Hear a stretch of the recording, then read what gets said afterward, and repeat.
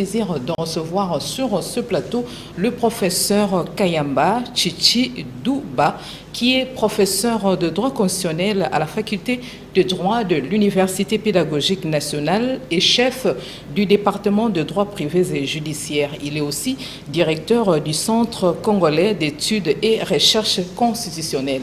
Avec mon invité sans tergiverser, nous allons parler de nécessaire par rapport au processus électoral de 2023, contraintes et perspectives. Bonjour professeur. Bonjour madame et merci pour l'invitation. Bonsoir à ceux qui vont suivre cette émission le soir. Voilà, je viens de vous présenter, mais vous avez des lourdes charges qui trop embrassent mal les trains? Non, c'est corollaire à l'académie que j'exerce.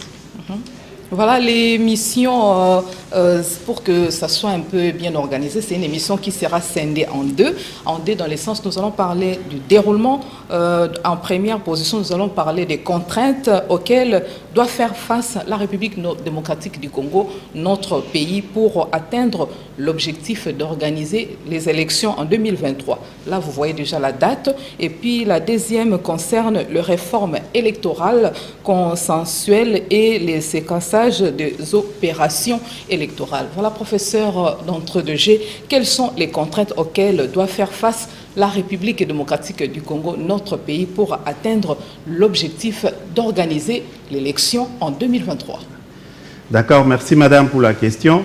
D'entrée des jeux, je dirais que le chef de l'État, dans son discours sur l'état de la nation, a réitéré, il a martelé son engagement de célébrer les élections à la bonne date, c'est-à-dire selon les échéances constitutionnelles et légales. Nous visons ici l'objectif 2023.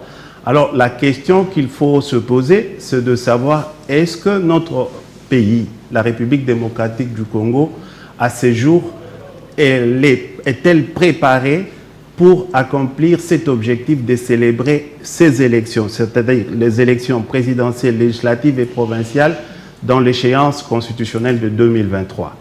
Alors là, il convient de relever quelques contraintes selon les questions que vous me posez. La première contrainte, et celle qui est vraiment cruciale, c'est la contrainte financière.